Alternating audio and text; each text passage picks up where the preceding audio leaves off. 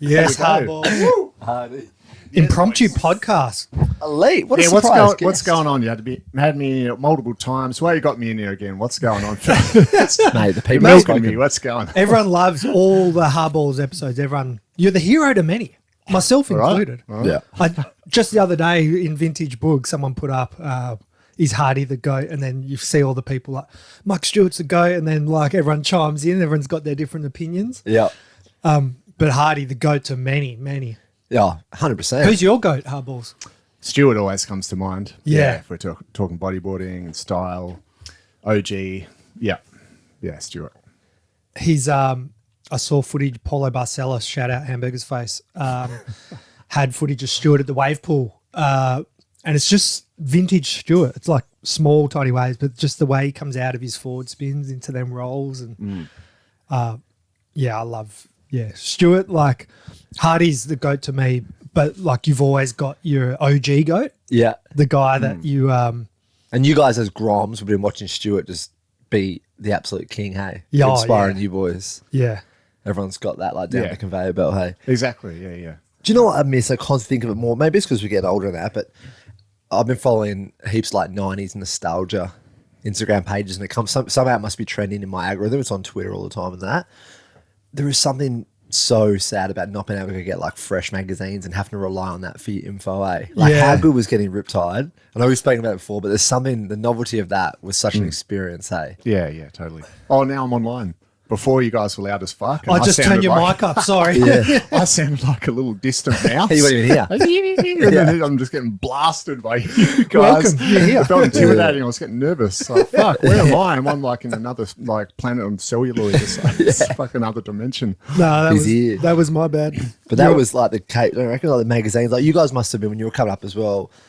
It was almost like how many, were you keeping record of how many covers you were getting or like big centerpiece spreads? Well, Hardy's the guy with all the covers, but I just remember counting down the day. You knew the day the mag was dropping and you're in the newsagents. Like you even go the night before in case it's early. Yeah. I remember, So sick, eh? Yeah. And then you get the subscriptions and you sometimes would get it earlier and then occasionally you'd get dick in the bum and you get it after the newsagent. By the time you get it, you've already read it because your mates will go. Yeah.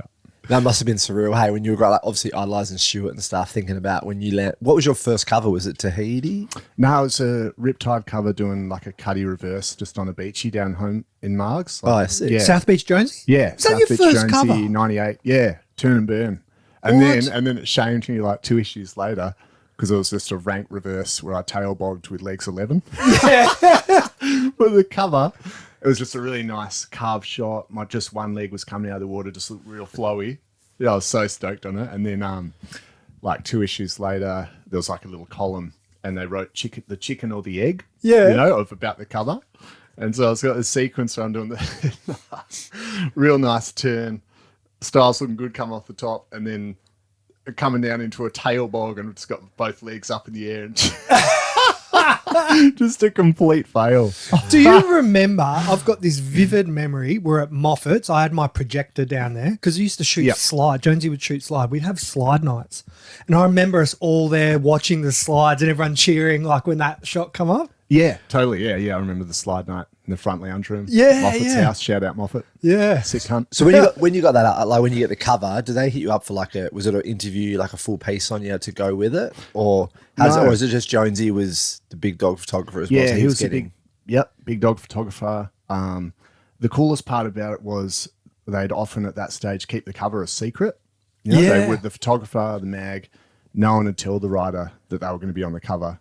And they knew it was my first one. I was like that up and coming Bannister guy. or?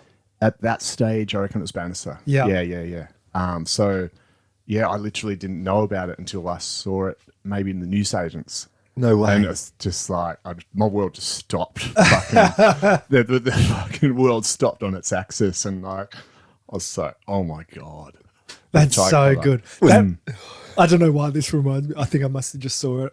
Have you ever seen the video where a guy played a prank on his grandma and he printed out DVD covers, all the movies, like Shrek and everything, and he put his grandma's face on all of them?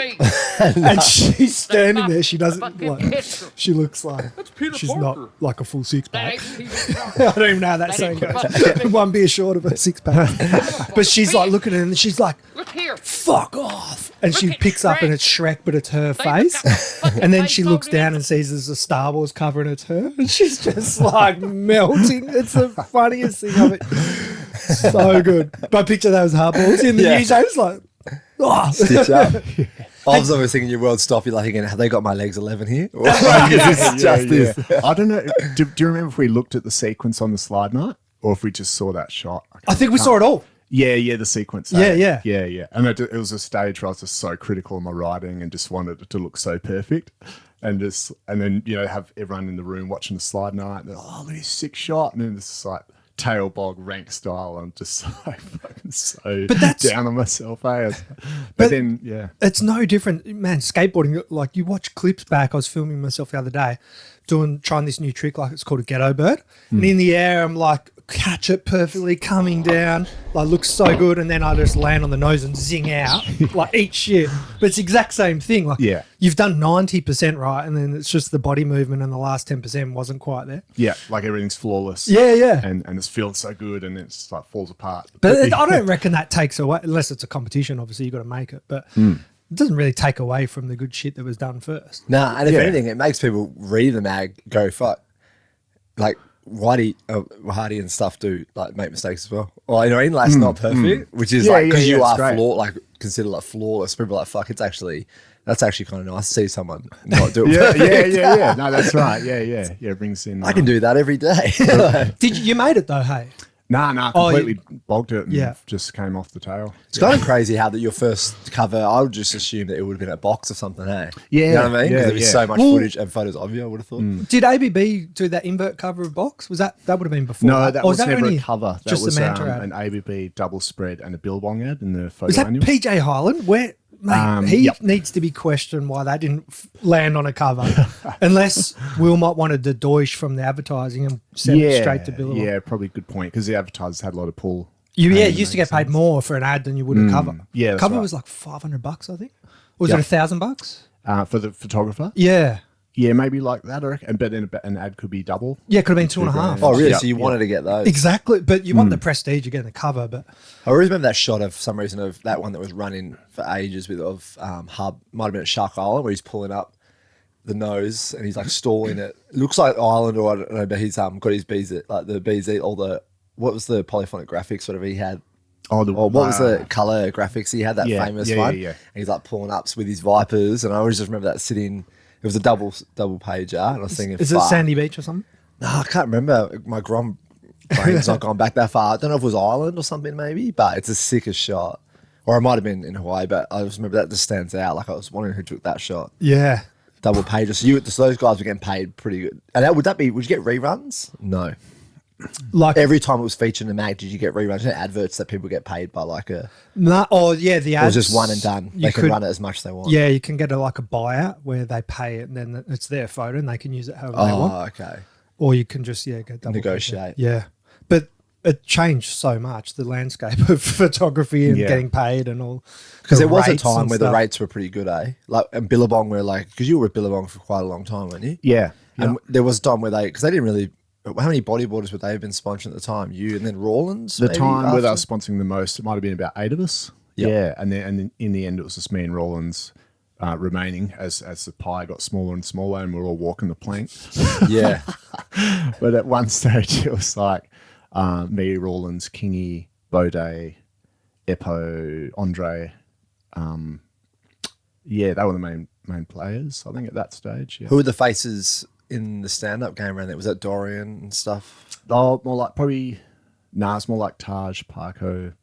Who else can you guys think of? I don't know. They were Taj and Parko were the guys getting the most money, kind of early 2000s. Yeah. Did they ever try to get you guys to do crossover trips together, or they weren't interested? No, that never really happened. I remember Rawlins went down to Shipsterns when it was like Andy Irons and Parko and a bit of a team. So the odd little trip here and there happening. Yeah. Hawaii, the surfers would have a house, and I remember Rawlins and Lackey would stay there sometimes. Yeah, that's right. Yeah. And they'd mix there. But yeah, in general, to be separate. With going back to the bodyboard mags, I remember towards the end, because I'd transitioned away from filming and I was doing stills, and you send the mags in, and I'm not throwing any shade because I knew all the guys. It was like Toinzy from the Boogie, Ben had movement and all that, but it was a lottery if you were ever getting $1 from any photo. Like probably my fault not being on top of invoicing and like chasing it up. But yeah, in the end, I was just thinking when I'd send them shots, I wouldn't even really be thinking I'm getting paid anything for this. Yeah, just doing it for the love. Yeah, got that way. What about Custom X? Could you almost, when you were with them and also shooting, could you sell them photos that you're in and then get paid for both? Nah, because with the time at Custom X, I was more like just focused in on surfing. Yeah. Have you ever followed up that sick Custom X? You had the yellow on yellow. Remember the Winnie X-Winnie? That was the board? sickest board. Yeah, the all yellow. Yeah. Did you ever follow up anyone that if there was one out there for you? That's iconic. I put you and Winnie for some reason, especially you. I think I put like that's what I associate you with, that Custom X. Yeah, that's cool. So it was a crossover board. Yeah, that's epic. Yeah, I can't believe that's not a bigger thing with like vintage community. I don't know, maybe it is, but that's pretty iconic. I don't reckon numbers wise there's many of them out there.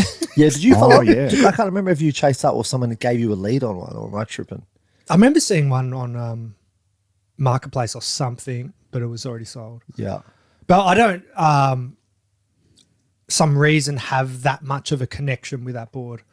Like I preferred even the function, I guess because it's just got my name or had a little logo or whatever. Yeah. But Housey actually sent me a photo yesterday. I think he found himself one. An old white function whitey board. Yeah. But let's not talk about me. I sucked. Let's talk about hardballs. But that's a handball. But we're good at baiting people up. We'll handball back at some stage. Yeah. I was looking randomly at the Hardy Shapes website. There's barely a board available. I've only got like 4 boxes in the garage. On the website, Yeah, but that's like over time, and it's just gotten busy with the fam and a bit tight with money. So there's such a big money drop to because you've got to put the money up to get a whole bunch. Yeah, exactly. So it's just like waiting for the time to get ripe. That there's both time for me and my wife to take it on and money to like get to fund it. So it's just not really high on the priority list. I'm stoked to just have the brand sitting there for future, see what happens. And if I'm an outsider looking in, if I want to look at going to my garage and sending a board or flying to Bali and coaching some kids, I'm going to Bali. Yeah, cool. Like for funness, hey, like you're off there in a week. Like that's so sick that you've got these camps lined up. And so this one coming up, you've got 5 people. Where are they from around the world, or are they Aussies? Or? It'd be probably 80-85% Aussies. And then you get occasional around the worlders, Europe, America. And Groms or older dudes your age? It's like demographic could be more 30s, 40s. Yeah. Like again, just people that grew up watching Hardballs shred and like a lot of the time it's guys that were in at 90s, 2000s, and then they've had a bit of a break while they've had careers and families and mental blowouts quite often, and then they come back to it in their late 30s or 30s and 40s. Preach. I'm a 45-year-old skateboarder. They're prime. And they're frothing harder than ever, you know? And then it's funny watching everyone having to manage their bodies. Yeah. The gone mind's still there. But it's like everyone starts burning out. Me back. Day 3 of the I bet you must see it every time. Hey, like day 1, Stokes high, watching the footage. Day 2, a couple of little ulcers forming on the ankles. Chafe. Day 4, they're probably barely able to walk. Yeah, you picked it pretty well. Yeah. Day 5, they're all just filming you. Because Hardy's like, nobody's got so much footage of it. They're all in the sick bay just filming. It's epic, man. Do they ask a lot of good questions, like asking for a lot of technical advice and things like that, or they're just stoked just to be around you and watch how you go about it? Yeah, with the demographic, because it's not that serious of like aspirational wise.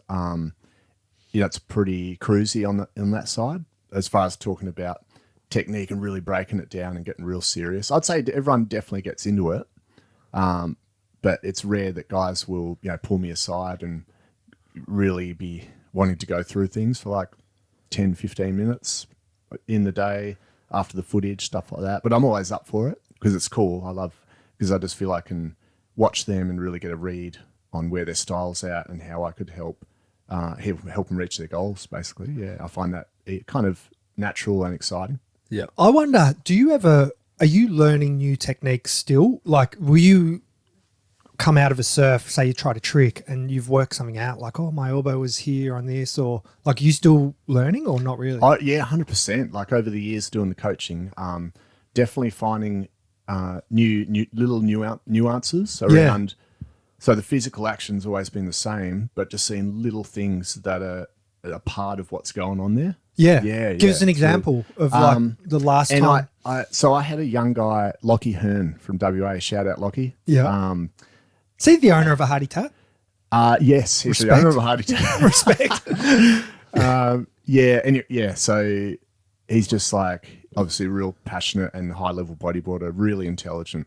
And he came onto camp and worked with us for 6 months, and he brought the nuance that whenever you're maneuvering, your eyes are the number one thing that's going to determine where your movement's going to go. Yep. So, for example, with a backflip, he sort of explained it to me, and we went on to explain it to the guys that you go up to the lip, and then you've got to make a conscious effort, ideally to roll your eyes around your head and then back into your head. So it's like your eyes are rolling backwards looking at the beach. Yep. Because if your eyes roll around your head the whole time, that's the motion of a roll. Or if your eyes go around your shoulder to the right, then you're going to go more into an ARS or just into like a forward. Yeah. Yeah. So and then that's the key thing of any movement, particularly like a rotation, where the eyes look, even like in a gradient of up or down, then the head and neck's going to follow the shoulders, and that's going to depict where the movement goes on an axis. Yeah, that's so true. So that was awesome, that discovery. Yeah, and that's just become a natural part of coaching now. Is just go straight to the eyes to start with, and then it goes downwards, like into neck, shoulders, and I'm sure like it had transferred to any movement-based sport, which is everything. That the eyes. But that's like you're saying, a nuance, because obviously first thing you learn when you're doing a forward spin or reverse spin, turn your head the direction you want to go. Yeah. And that's just sort of taking it the next level. So within turning your head, concentrate on the eyes. Yeah. The fundamentals sort of stay the same, just go a bit deeper. Where's beyond the eyes? So then, that's what I was thinking. So then you're going into the nose, you've got to sniff in the right nostril as you're turning in, and you've got to like bend your lip to the right and move your jaw. It just there's no limit. It's infinite depth. Yeah. And I guess there's not only your skill that you can constantly hone and perfect, but you're probably even finding things about the waves themselves, like in the pocket, different angles and all that sort of stuff. I guess that's you'll forever learn, hey? Yeah, that was what I said before with infinite depth is, especially if you believe that, then mastery continues forever. I learned a good Japanese word called kaizen along the journey, and that means never-ending improvement. Yep. And that definitely applies to any sport, body movement, mastery, and particularly bodyboarding and the ocean, and the combination of that, plus a body's energy output. And there's just so much that goes into it. Like I say, it's infinite. Yeah. That was when you speak about Stewart being the GOAT. One thing that stood out to me when we did the podcast with him in Kiama, he spoke about that. He like truly believed like he's constantly trying to learn all the time and get better and do things differently and challenge the way he rides waves. Because then we were talking about body surfing as well. Like he like fully embodies that whole vision. Yeah. He's mentality. Like the OG GOAT of that. That's what inspired me. Yeah, and just the like focus and the passion into that, and how into it he is. To aspire to be masterful. Yeah. What a special human. How do you know what year he's born? How old he is? He's 62. I know that because we're always it's the biggest conversation at the camps because he's a GOAT aspiration. Because everyone's in their 40s breaking down, whinging, saying, I'm getting too old. I'm saying, bullshit. Watch one wave of Mike Stewart. Look at his body. Look at his attitude. He's got 20 years on you. Shut up. That's so, like, I'm 40. What am I, 45 or 46? We're 45 this year. 45, 79, baby. 79, baby. I'm 45, and I feel like I'm trying to cram my whole life. I'm like, I've got to learn all this stuff before it's before it's too late. It's true. There's pressure, eh? But no, now you mentioned 62 and he's still doing it. I can chill a bit. And you boys, you both look like you're in your 30s. Like, so that, yeah, it kind of rolls down there. People get amped by that, I reckon. Yeah. Oh yeah, yeah. It gives people so much like hope and inspiration. Slater's belief. Slater's a bit like that. Oh yeah, 100%. Yep. Every sport's got their Stewart or Slater. Hey? Yeah. Yep. Well, even LeBron's only 39, but in the scheme of things in professional NBA, his age is constantly talked about. LeBron James. And he's pushing that as well, like giving people, he's performing at a high level at that age. Yeah. I want to shout out as well a few Reapers in the wild lately. Almost every time I go to a skate park, I bump into a dad and he thanks me, so I'm back skating. That's so good. It is crazy. He's in a wheelchair when he tells you that. But Shout out to Tara as well. We've given him a shout out before. Yeah. What's the reference there? So he's thanking you just for the potty generally, or what's the thank? No, they're like getting back into skateboarding. because they've seen Whitey get That's ripping. epic. So it's basically like what I've done with Like bodyboarding. you with your Yeah, camps. so it's Exactly. same. Exact Yeah, same that's- thing. So he's been at Medicare when their ankles and knees are smashed. That's so good though. Are they all wearing like the knee pads and elbows and full headgear? It depends what they're skating. Yeah. But nah, generally they're just kind of, I'll see him come into the park a mile away and I feel like I know him already. Surely Beaver's messaged you. He's messaged me a couple of Because times. Beaver would be yeah. frothing watching you. I Yeah. reckon. He'd be Man, amped. He's so good. I want to see footage of him skating. He's so good. Yeah, yeah. He's just had a shout out. He just had his second baby boy. Zane. Yeah. Yeah. But Busy time. I knew he'd be watching your stuff though. Yeah, Beaver rips, but I reckon he won't be too far away from getting back on the board. Yeah. Even the calisthenic stuff, he's into all. Yeah. I guys he's one of us. He Yeah, exactly, Likes yeah. the same shit we like. I was going to say that. Are these guys like dads? And Yeah, they are for sure. Yeah. So we'd see the exact same thing. Like these guys, it brings such a it turns their life around. Yeah. When they come back to physical activity in a peer group, they just get this big buzz and they go home with a bigger smile. They go to work with a bigger smile. They have the thing to look forward to. Yeah. It turns people's lives around. It's so good. And the ocean, man, I've been swimming daily the last few weeks, just trying to get every little bit of recovery I can. But just even just swimming in the salt water, you feel good after. Yeah. Yeah. So like you combine that with bodyboarding or surfing or just doing anything in the sun off your phone, you feel good. Yeah. Off your phone. So true.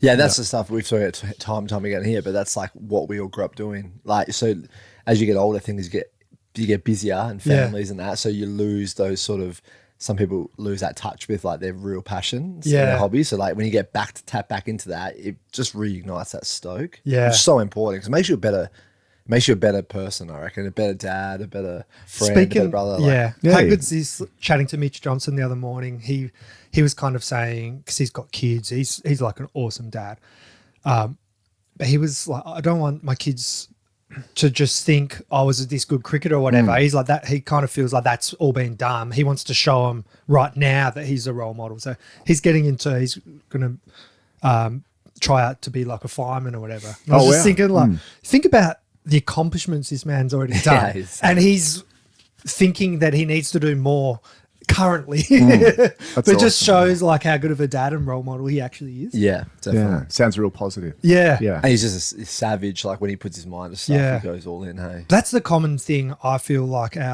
what we resonate with our audience. Like you with Charlie, you're taking him like playing basketball. He's running now. You're taking him to MMA. Like a lot of people appreciate parents that give a fuck about their kids and they're getting him into the water, like Hardy taking Ollie surfing. Yeah. Like a lot of people, like at the skate parks, they're like, well, I'm bringing my kid down skating, or a lot of them are on scooters or whatever. And they're like, well, I may as well start rolling around as well. Yeah, it's kind of like you're trying to give them good habits, but then they're also giving you good habits like back to you in a way, eh? Yeah, yeah. Like it kind of encourages you to go, oh, why don't I go for that run, or I'll go kick the soccer ball? Like it's good for me too. Like, Yeah. it kind of is a healthy cycle, hey. Yeah. Yeah. 100%. Yeah. Plus, they're the next gen, aren't they? The kids, like. Yeah. Yeah. Do you think parents these days, like, we were speaking about, my brother, when we were growing up, I swear in the 90s, we were like, you get taken to dinner or like the pub or something with your parents, friends and them, and you kind of just fell asleep there or like. Yeah, I remember sleeping under a table at a Chinese restaurant exactly. all the time, yeah. And like you just went where they went, and I swear like they were great parents, but in the 90s, you just did what they said and you just kind of followed along. And now I reckon parents these days, we're pretty active with the kids, eh? And then sometimes I feel guilty sometimes if I'm not doing shit with them. And like we were talking about that. I think it was just because how we were raised. You kind of was like, this is what you're doing, and you come with us. You know why we were sleeping under the table? Lotus Garden. No screens. Yeah, it was Lotus Garden. Yeah, because we didn't have screens. Yeah, that's true. That's true. So we were bored as fuck. So we were just like, fuck this, I'm sleeping. And you've already finished egging houses down the road and came back. yeah. You better go lay low. Yeah. Every time I would have a late night with Van, I remember with Jed as well, you'd ask him, "Oh, you tired?" And for some reason kids never want to admit they're tired, eh? And then while they're on the screens, at dinner or whatever, they'll be wide awake. But then you put them in a car, and if it's over 20 minutes, if they don't have a screen, they're fucked. They're gone, eh? Yeah. Or it's that old trick in the book where you want mum or dad to carry you. Remember you used to pretend to be asleep in the back? Nah, I was asleep. Oh, I always did that. And maybe that's how I was fat as a kid. I was like, carry me. We pretend sleeping. Sometimes I'd milk it for sure, and I knew exactly where the turns were to get to our house. And then they'd open the back door, and I'd just be like trying to sleep and just get like a carry into the bedroom. Yeah. Fat Buddha. I'm going to be checking my kids more closely now. Yeah. Are they actually asleep? They're milking this like Buddha. You do the arm trick.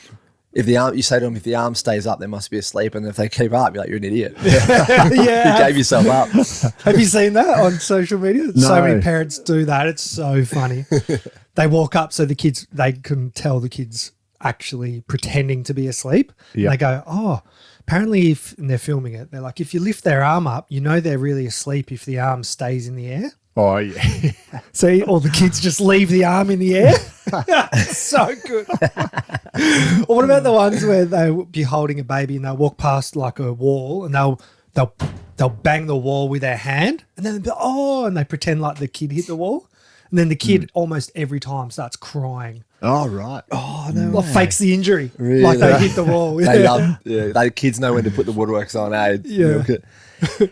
When I knew times were completely changed, obviously I missed out on Parkway again. Oh, yeah. But we got tickets to the Wiggles on Sunday, and I was more psyched for that. Like Alicia's actually gone, we got a box from her brother. Like, you really went cool. or it's No, coming this up? Sunday, Oh, we're just like pumped on. I'm like, that's fuck, hilarious. what is happening? Is that a thing still? Apparently, man, they're killing it. There's 2 shows. They're doing 2 shows at RAC Arena. This is not an ad. Oh, so by the way. it's the same arena that Parkway played at. Yeah, and I'm like going to be wearing like yellow stuff. Man, you fucking Fully your changed. priorities have gone. God, I know. Went from Parkway, all the pyrotechnics, now just to kids pissing and pooing next to me. And I can see the glow in your eye. You're more pumped on the Wiggle. Got merch, everything. Is this a falsy? But I thought one of the Wiggles was like a pedo or I something. don't know, man. There's about Did 10 that of them. happen? Man, they've got a whole footy roster now. There's about 20 of them. Can't keep up. I thought one of them fucked up. Maybe. There's a high chance, right? Do you know the song? Can you sing the song? I know a couple. Embarrassingly, I know a few, yeah. Did I see, I was scrolling on Instagram the other day. Did Rawlins get some waves recently? Is that a fresh clip you put up? I don't know. Look how you got some sick ones. Yeah, Joel Taylor had a sick clip. Yeah, I saw that one actually. Yeah, love shout seeing out, his stuff. Ranky. Sick. Yeah, Jolly. Fuck, that's motivating. Talking about people inspiring others. Oh, yeah. Yeah. That's as big as it gets. Really. Yeah. When you know the full story. Yeah.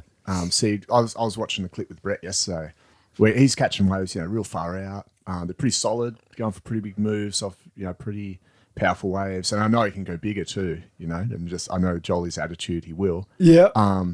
But just to know that he doesn't have movement in his legs for a wipeout to be able to kick to the surface, like that's pretty full on. Oh, dude. You get sent to the bottom and it's all your arms and, you've got a lower body that you've got to pull to the surface. Yeah. Does he have an inflation vest, I wonder? And if he doesn't, he fucking should. Yeah. Yeah. That's a smart idea, yeah. I don't think it looks like it. He looks pretty slipstream. Yeah. He could almost make one where it only inflates. Or you could almost have a pre-inflated one, hey? Yeah. Yep. Like just on the back. Get with like a bladder on the back and then the front would be normal. That would be an amazing idea. I don't even know if he needs any more confidence. Like he's probably sweet as he is. Yeah, but if he's going bigger stuff, definitely. But he's always like charged. So he doesn't have that fear. But who knows? Yeah, but he's got such sick flow, doesn't he? On his riding. Yeah. He's got a specialised board and just good to watch. Yeah. Have you got any waves of him, Tension 11? We're working on it. Yeah. Sick. Yeah. He's because he's doing he's got a filmmaker and they're working on a project. So I've been chatting with them and we're just going to flow footage either way. Do you know if the Was it the Omerod? Was it Yeah, Nick yeah. Omerod? Did that project get off the ground in the end? It's still going, I think. yeah, okay. Because I just was chatting to them recently as well. So he got fucked up pretty bad, eh? I didn't realise how bad that was. Yeah. Oh, yeah.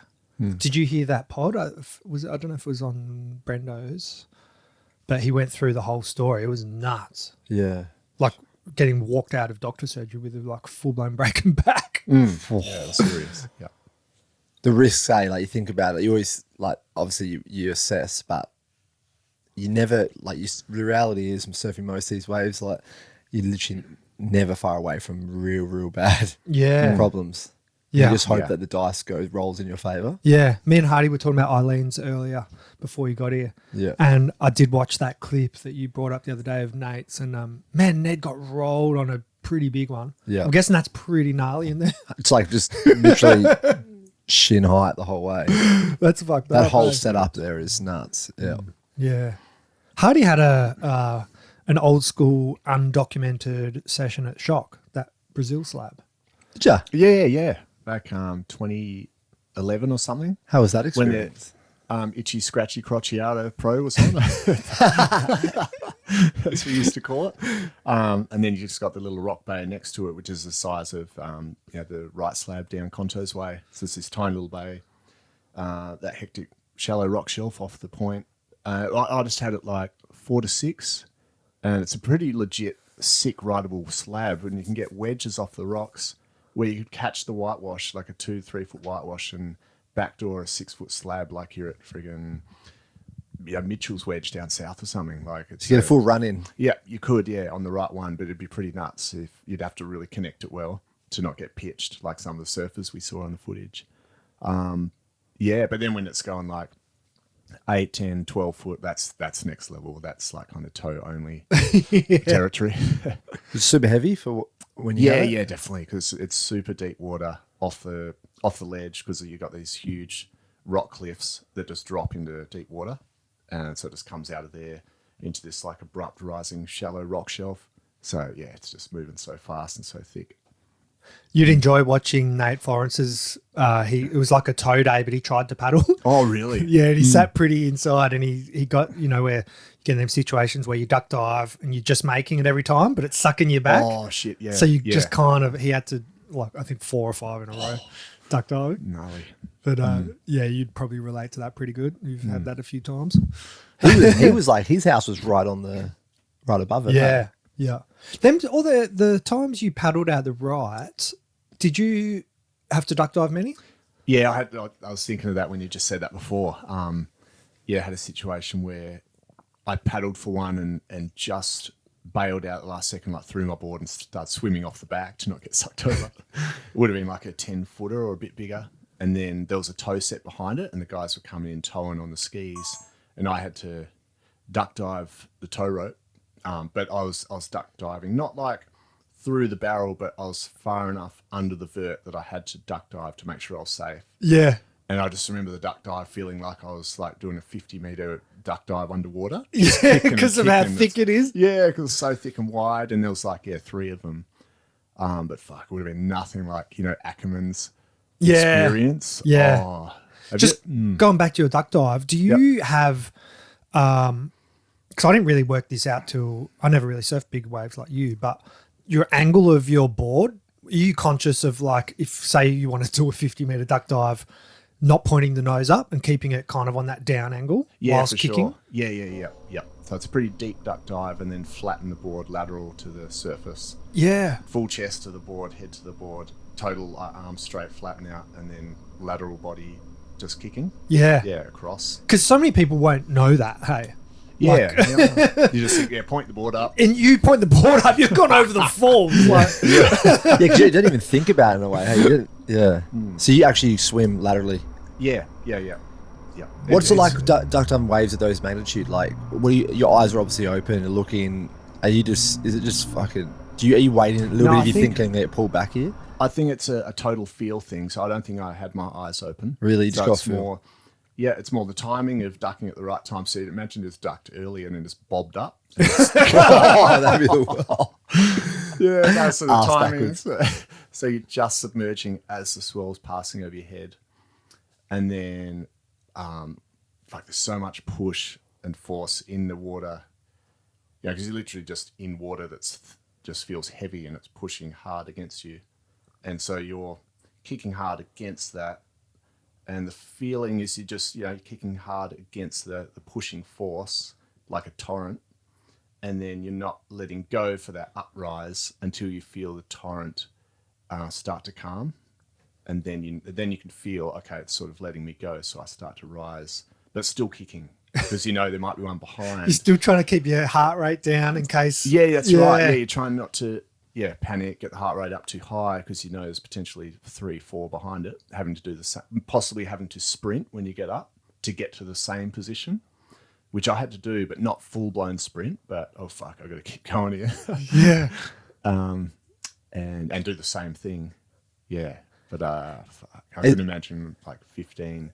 I don't know if it'd be even doable on like that would say 12 to maybe 15, but I couldn't imagine if it was a 15 to 20 foot bomb. Like if you could actually, I don't think you could. It would depend on your position. If you're too far. Under the lip. Yeah. And on the uprise, does it feel like you're super deep, like on the come up? Like, oh, yeah, that's right. Because, on normal, say you're duck diving a 4-foot beach, the lip's just gone over you duck dive, bit of a kick, and you just feel straight away starting to rise. Like the crest is quite, it's quite a steep peak, and you just pass through, come up through that quite vertical back of the wave. But because of the back of the wave is so flat, you don't come up through a vertical part. It's like you're just coming up in a giant swimming pool, or just a very gently sloping, long sloping giant swimming pool. Yeah. That's what makes it so dangerous, right? Too, because you obviously heartbeat needs to be down, need to maintain breath. And then if you come up, you've just covered so much water and then you're up again, you might have to go back down again and do it. Yeah. You know what, you were talking, explaining that stuff, I just kind of had some flashbacks to old school Hardy. You know how surfers can come in super deep? You see Osman do it at the right a bit and they can eject, they do a pin drop. They'll jump from the top of the wave, pin drop, penetrate and not get pumped at all. Just pop up out the back like nothing happened. Hardy used to be able to, on a bottom turn, dive out the same way, hey? On rights. Yeah. Just on rights. You can't do it on lefts? I got smoked at Chopes trying to do it. My worst wipeout was, I just, because I practiced it so much on rights at home. Yeah. In a progressive way, to be able to be confident I could do it, on any size that is penetratable. Yeah. Obviously the big right, I don't think you'd be able to do it. Interestingly, I saw Stewart, who mastered it at pipe on lefts.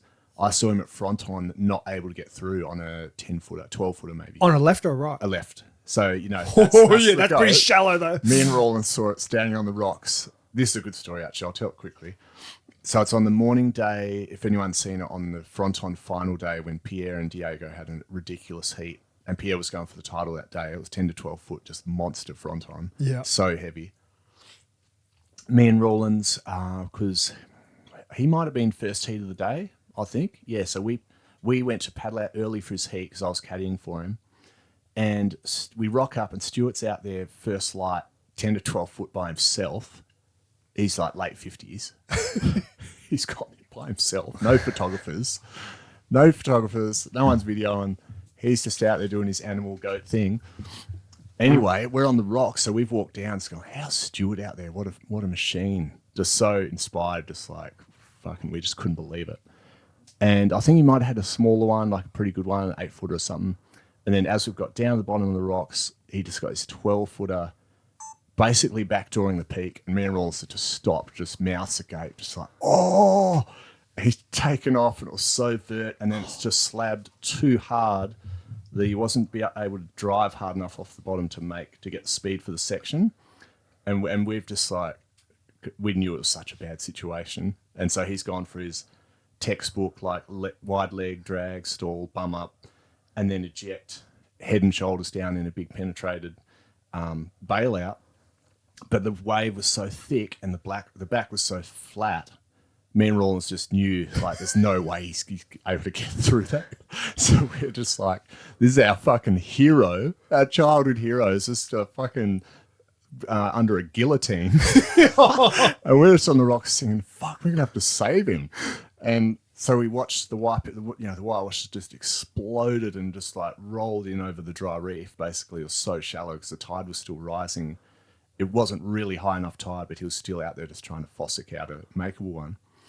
So we watched the rocks. He got held down for so long, like just couldn't see him. Just like, where the fuck is he? Is a board tombstoning or anything? Board's gone. Snap leash.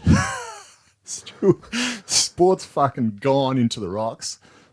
We're thinking, oh fuck, Rawlins started running down to get it. I was like spotting Stewart to see if he was okay, if we're gonna have to save him.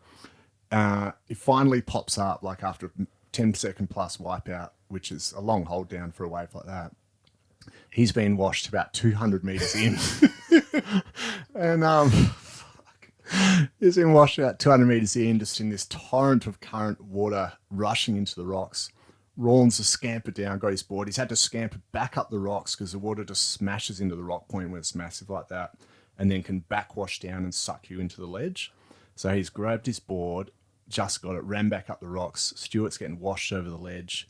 I think he had to stand up on the rocks and sketchily like jump over the next wave to get back into the channel. Oh. This is before he's even seen that Rawlins has got his board or we're on the rocks watching out for him. And then, so he's back in the channel. The waves have died down a bit. Rawlins has like waved to show him he's got his board. And we're like, you okay? Like, give him the thumbs up. You okay? You okay? And he's just like casually put his thumb up. And then me and Rawlins jumped in the channel and gave him his board. And we said, you all right, man? That was fucked up. And he's like, yeah, dude. No, whatever, Stewart language. Yeah, bro. All good. Thanks for getting the board, boys. Let's get back out there. So he's back out there. And, what was the question again? That's insane. I love hearing stories like that. He just went up another notch in the GOAT status. Oh, mate, that was honestly the GOATest moment I've ever seen, I think. Yeah. Just the fact it was, no one knew. It was undocumented. He wasn't there on any sort of hero quest. It was him on the big island as a teenager experimenting with his board by himself on shallow reefs. Yeah. It's like this... Oh man, it's so blows cool. me away. Yeah, and I wonder his brain, because he's so scientific. Like he draws pictures, diagrams of everything, where the power of a wave is, and all that. And I bet you, in his mind, he's assessing like where it went wrong. Yeah. Like, oh, I should have dove earlier, or do you know what I mean? Yeah, totally. As far as he's concerned, he think it's still doable. Yeah, oh yeah, it would be. I reckon that it is. Probably not every single wave in the world, but like probably, how big was that? 10 to 12? I reckon it was, it looked kind of 10, but I reckon it had the thickness of a 12-footer. Okay. Yeah. And just for any of our listeners that want to learn this skill as a bodyboarder, being able to eject, what are your, like you were saying you're really good at them on rights. Mm-hmm. What are you looking for?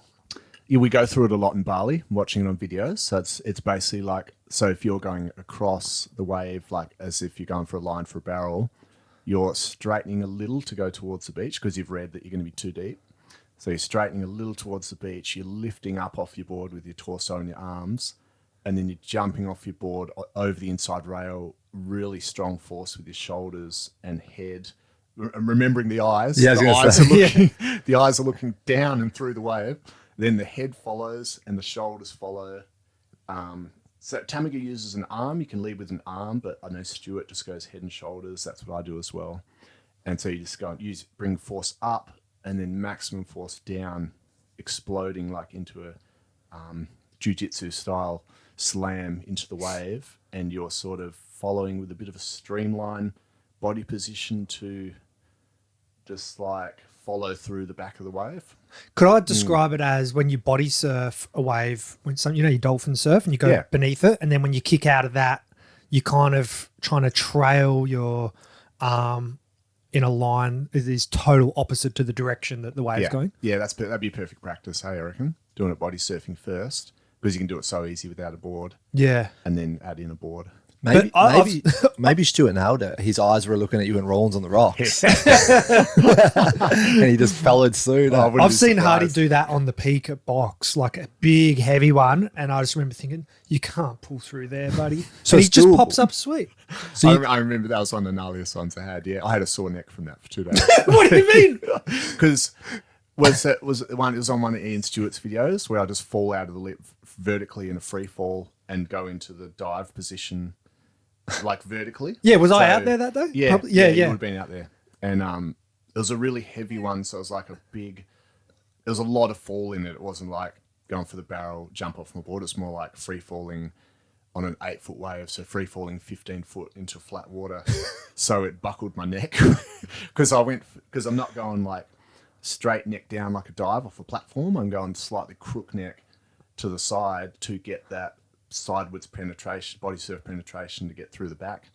And so I got really deep penetration in under the water. So it sounds quite sexual. And the box. Yeah. It was a hairy day. Code word Reapers 20 seconds. Yeah, and so I got good downwards penetration, but and then come up the back. And I did remember getting sucked back a little to like back into the soup and got caught side by the next one, but at least I didn't get sucked over. Oh, yeah. And possibly like smashed into the reef. Yeah. Yeah. But You would have been close to hitting your head on the bottom, I imagine. Yeah, I would have been. Yeah, 'Cause that was a pretty silly one. I guess you've got to factor that in once you penetrate. You've got to then level your body out to avoid spearing the reef. Yeah, that's right. Yeah, in time. Yeah. I remember Andre had a funny quote when I paddled back out.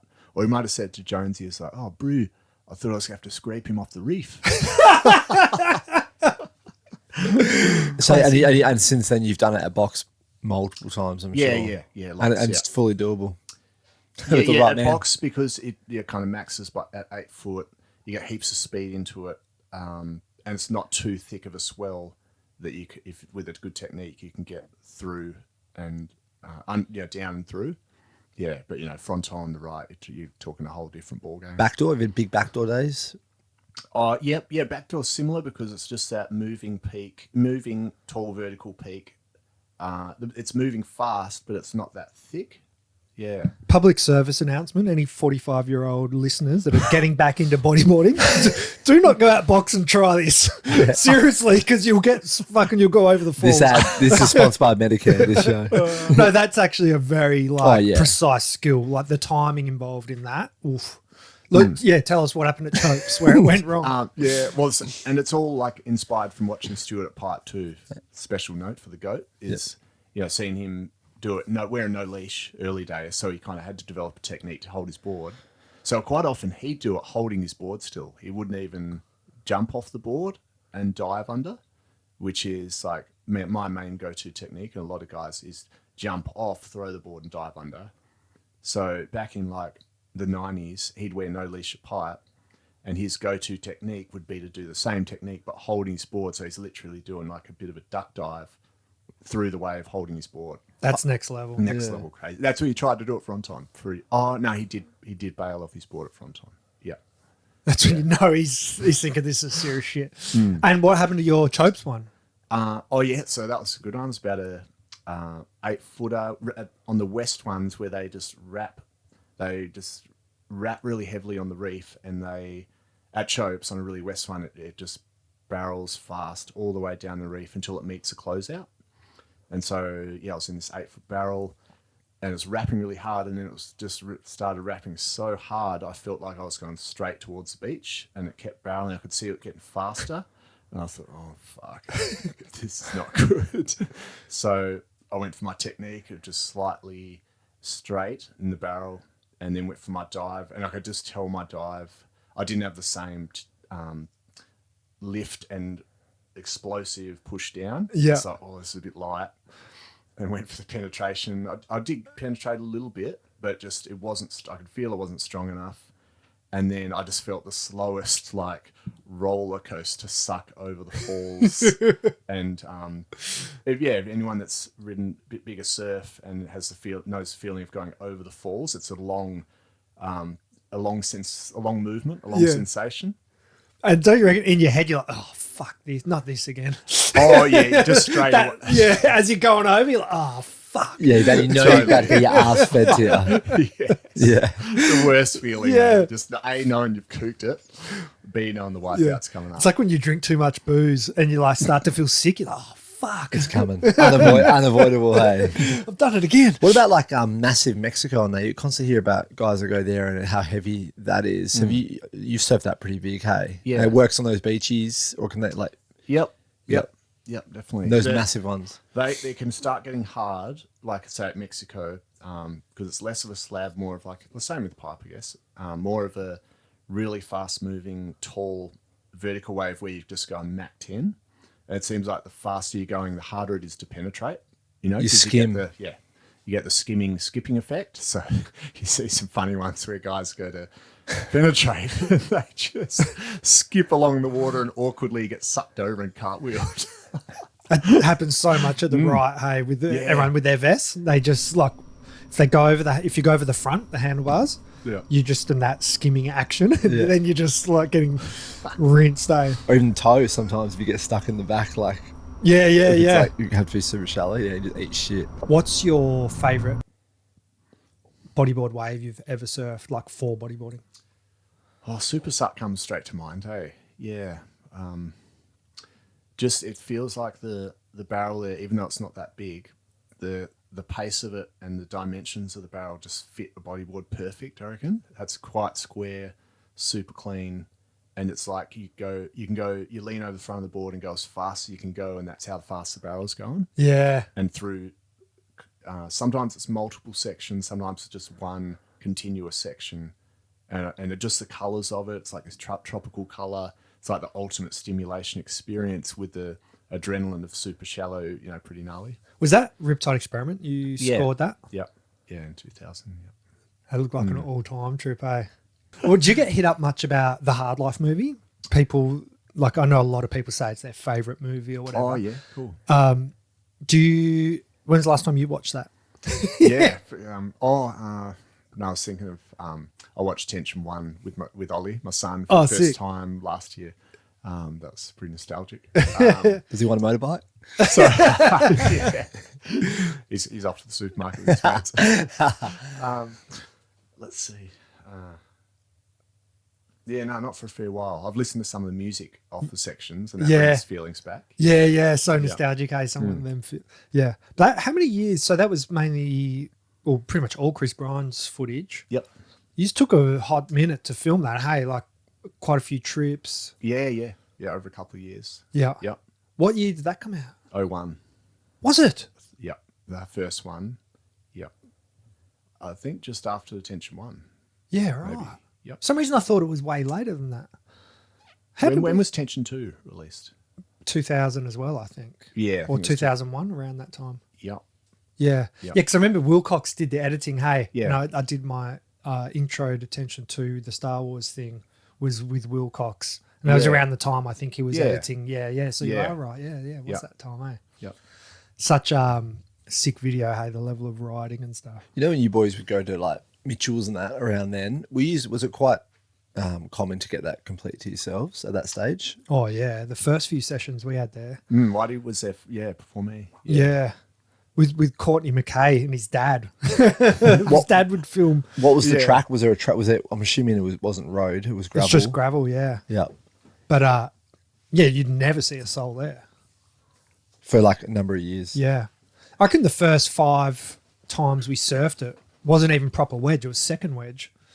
Yeah, right. Yeah. And would Taj not be there at all, given a nudge? Nah. Just completely just you bugs. Just us, yeah. Yep. Crazy, huh? That is. Even like Budge and that wouldn't have been as crowded as it gets these days, eh? Nah, Budge was still crowded because you could drive there. Oh, yeah, because you could full drive, actually. Oh, could you? Yeah. Well, park like behind, just up on the grass dunes there, just behind it. Or just literally park wherever you want. Park wherever you want on the beach. There was like a track in the dunes to get there.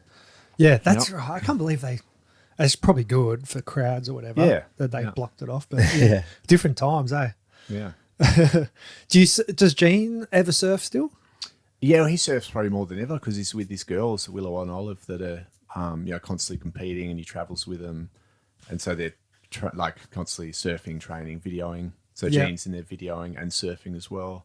Yeah, so he's probably like surfing as good as ever, I reckon. Watching him surf. Yeah. Because he just come to mind because I remember the first time I ever went to Gas was from Gene telling me about the wave. Oh, really? It's like, there's this wave down there, and I was kind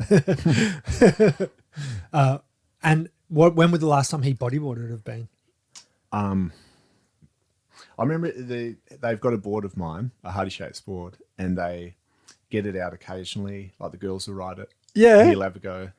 Yeah, but last time I saw him ride, I remember one Christmas there's a reef near our house down Augusta near the bottom of the coast, and he he hopped on a boogie there and still had the same classic style. Gene Charger Hardy. Yeah, the Charger. Yeah. And yeah, Willow, man, she's killing it. She got, was it a 10 in one of them, a right-hand barrel? Was it Nias. Indo? Was it Nias? Yeah. Yeah. Nuts, eh? Yeah, so cool. Yeah. What are they doing? Is that for the qualifiers? Hardy had a story. You got to qualify for the qualifiers, eh? No way. Yeah, qualifying series it was, yeah. So it goes qualifying series, challenger series, and then the world. Pretty sick highest wave level. to be able to have that. I know, yeah. So perfect. Lumen might have been there, eh? Got a funny vision of Hardy there next to you on the wall. Yeah, I know. I was looking at this before. That's legendary. Hey? That's Tension 2, isn't it? Yeah. What was the best dress up video we did and the worst? Probably Shakira for both. Yeah, I'd have to agree. The most like Hips don't lie. And apologies for blackfacing you. oh yeah, no, that was a big effort, eh? Yeah. Yeah. Where were we? Virginia. We were somewhere really We were in exotic. Chile. We were in Chile for I was in the world title race that year, so it was pretty serious stuff going on. And then fucking in between comp days, I'm dancing with Shakira. Didn't your mum put the costumes together? Yeah. Like she put your hand sewn them and Yeah. That's amazing. Yeah. Yeah, a lot of thought and effort went into Shakira. Like There was a team effort to be blackfaced. oh, yeah. Oh, yeah, because you were Wyclef Jean, wasn't it? Is that what you were doing? yeah, he was yeah, both. We just yeah. followed the film clip. But it was like the epitome of like a piss take. Yeah. Like how stupid can we be? yeah. It was really interesting the difference in cultural responses to that. Yeah. Like Aussies were fairly quiet and kind of awkward and maybe a write-off, whereas South American culture, they was like fully embraced and they were loving me. They were loving it and laughing about it and saying how funny it was and just real open about it. Just thought it was hilarious. Yeah. That's like they get it, right? Yeah. Is that when Winnie had the ghetto booty as well? The white Beyonce, he was carrying around his Yeah, that was pic for that himself. was Mexico where he took that. Yeah. Yeah. Yeah. Did we talk about it last time you were on the pod, the story where you had that big food fight with the potato? Oh, in Europe. Yeah. No, I think we talked about the poop on the table and the road. That's right. All the big ticket items. That's why we asked you back, actually. yeah. Got to get into it more. No. What happened with the potato fight? Oh, that's hilarious. That's one for the book. So yeah, we He's still doing the there's book? yeah, definitely. Yeah, it's just still being written. Sick. Going slowly with it. Yes, the potato fight was the Portugal leg of the comp had just finished, and there was an after comp party, which there always is, and that was kind of a highlight for us Aussies, just getting pissed and going to that and having a good time. And then I remember after that, we were like, Ben Player was driving us around on the beach, doing donuts, and that was just memorable. Just doing all funny, crazy stuff. And then we went back to our accommodation house. It was about 3 a.m, and everyone was just in that end of the night, still drunk, funny state. And I remembered there was a pot that we'd cooked, a big pot of mashed potato to go with the spag bowl, and it was in the fridge. It always comes back to spag bowl, doesn't it? 'Cause that's where the poop was done on the table last time. So, It's a gateway drug. yeah. So come back to the house, and I just had a brain flash that there was this big pot of potato mash in there. It wasn't soup; it was mash, so it was really creamy and thick. So as soon as we burst in the door, I've ran in and just grabbed this potato sort of stealthily, and just grabbed handfuls of it and just ran around and started smearing the guys' faces with potato, like Husey, Winnie, Rawlins, Benny Player, and Winnie. I think I already said his name. So there was that crew, and I went back to the fridge and got some more, started hammering, and then out of nowhere, I just feel myself get tackled to the ground. I think it might have been Rawlins. And then just I just see hands of potato just coming at my face, and then my vision just gets blurred white because I just got a potato all in my face, all in my eyes. I'm just getting pinned down, just smothered in potato all in my head. And Hardballs, we love you, and we'll get you back after your Bali tour, and we can talk more story, more shop. Sick. Love you guys. Love the Reapers. Just keep bringing the laughs, man. Yeah, that's what it's all fun, about. man. Let's go. Good times. Cheers. You. Yeah.